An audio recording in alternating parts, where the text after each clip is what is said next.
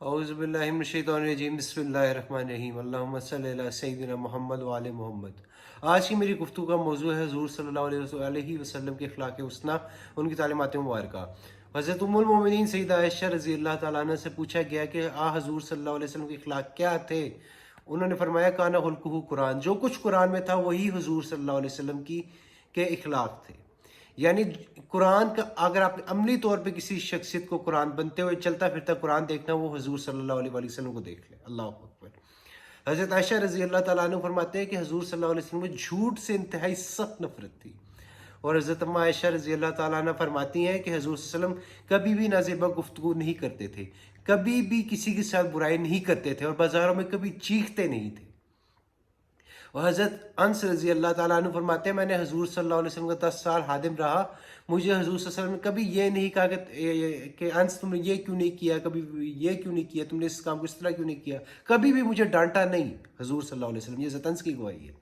حضرت علی رضی اللہ تعالیٰ عنہ فرماتے ہیں کہ حضور صلی اللہ علیہ وسلم سب سے زیادہ سچے، اللہ کے آخری نبی، اور سب سے زیادہ سخی تھے۔ خادم رسول حضرت انس کی ہی ایک اور گواہی ہے، ایک روایت میں فرماتے ہیں کہ حضور صلی اللہ علیہ وسلم سب سے زیادہ حسین، سب سے زیادہ سخی، اور سب سے زیادہ بہادر تھے۔ حضرت علی رضی اللہ تعالیٰ عنہ فرماتے ہیں کہ حضور صلی اللہ علیہ وسلم لوگوں کی بہبود کے لیے کام کرتے تھے، لوگوں کے مسائل کے حل کے لیے فکر مند رہتے تھے کہ کسی طرح کسی کا بھلا ہو جائے۔ یہ حضور صلی اللہ علیہ وسلم کی سیرت تھی۔ آپ قرآن دیکھ لیں، قرآن میں اللہ تعالیٰ کیا فرماتے ہیں؟ سورہ قلم سورہ 68 میں آیت نمبر 4 میں اِنَّکَ عَلَىٰ خُلُقٍ عَظِيمٍ، کہ میرا محبوب صلی اللہ علیہ وسلم اپنے خلق عظیم پر فائز ہے۔ خلق عظیم ہے آقا صلی اللہ علیہ وسلم، اپنے اخلاق کے اونچے ترین درجے پر فائز ہے، اور حضور صلی اللہ علیہ وآلہ وسلم اس بلندی پہ اخلاق کی جس کا کائنات میں کوئی تصور کر ہی نہیں سکتا، اور اللہ ہی جانتا ہے وہ کتنے بڑے کردار کے مالک ہے، اللہ کو ہی پتہ ہے۔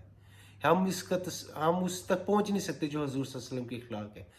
اور اس کی تاریخ میں گواہی حضور صلی اللہ علیہ وسلم نے فرمایا کہ تم میں سے بہتر وہ ہے جو انسانوں کے لیے بہتر ہے۔ حضور پاک صلی اللہ علیہ وسلم یہ نہیں فرمایا تم میں سے بہتر وہ ہے جو مسلمانوں کے لیے بہتر ہے۔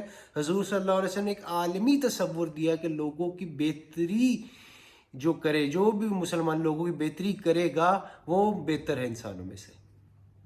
حضور صلی اللہ علیہ وسلم کی گھر کی مثال، گھر والوں کی مثال لے لیں، اہل بیت کی مثال لے لیں، صحابہ کرام کی مثال میں لے لیں، انہیں حضور صلی اللہ علیہ وسلم سے سیکھ کر انسانی قدروں کی تکمیل کی پوری دنیا میں، اور اس روشن پیغام کو اس روشن پیغام کو پھیلایا۔ حضور صلی اللہ علیہ وسلم نے فرمایا جو کسی یتیم کی کفالت کرے گا وہ میرے ساتھ جنت میں اس طرح ہوگا۔ حضور صلی اللہ علیہ وسلم اشارہ کر کے انگلیوں کا، میرے ساتھ جنت میں اتنا قریب ہوگا، اتنا زیادہ قریب ہوگا۔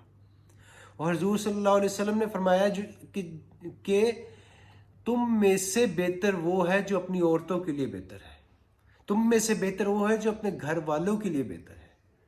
حضور صلی اللہ علیہ وسلم نے کنسیپٹ دیا ویلفیئر کا کہ لوگوں کی مدد کرو۔ ایک شخص حضور صلی اللہ علیہ وسلم کے پاس آیا، حضور صلی اللہ علیہ وسلم نے اسے بہت زیادہ بکریاں دے دی، بہت زیادہ بکریاں دے دی اس کو۔ تو اس نے کہا کہ اے میری قوم اسلام قبول کر رہے ہو کیونکہ محمد اتنا دیتے ہیں کہ اس کے بعد غریبی کا خوف ہی کوئی نہیں رہتا، اندیشہ ہی کوئی نہیں۔ ایک صحابی رسول حضور صلی اللہ علیہ وسلم کے پاس ہے، حضور صلی اللہ علیہ وسلم کو کسی عورت نے ان کی حضور کی محبت میں ان کو ایک چادر دی تاکہ وہ پہن سکے۔ حضور صلی اللہ علیہ وسلم سے اوڑھنا شروع کر دیا۔ پھر ایک صحابی ہے، انہوں نے کہا یا رسول اللہ یہ مجھے دے دیں، یہ جو چادر آپ نے پہنی یہ مجھے دے دیں۔ تو دیگر صحابہ نے اعتراض کیا کہ آپ نے یہ چادر کیوں حضور صلی اللہ علیہ وسلم سے مانگی؟ آپ کو بتایا ہے کہ حضور صلی اللہ علیہ وسلم کبھی کسی چیز کا انکار نہیں کرتے ہوئے، روایت میں موجود ہے کہ حضور صلی اللہ علیہ وسلم نے کبھی کسی کو نہ نہیں کہا، جب بھی آپ سے کسی نے کچھ مانگا تو آپ نے نہ نہیں کہا۔ تو حضور صلی اللہ علیہ وسلم نے چادر اس کو دے دی، تو اس سے پوچھا کہ ان صحابی سے کہ آپ نے چادر کیوں مانگی آقا سے صلی اللہ علیہ وسلم، اس کی کیا ضرورت تھی؟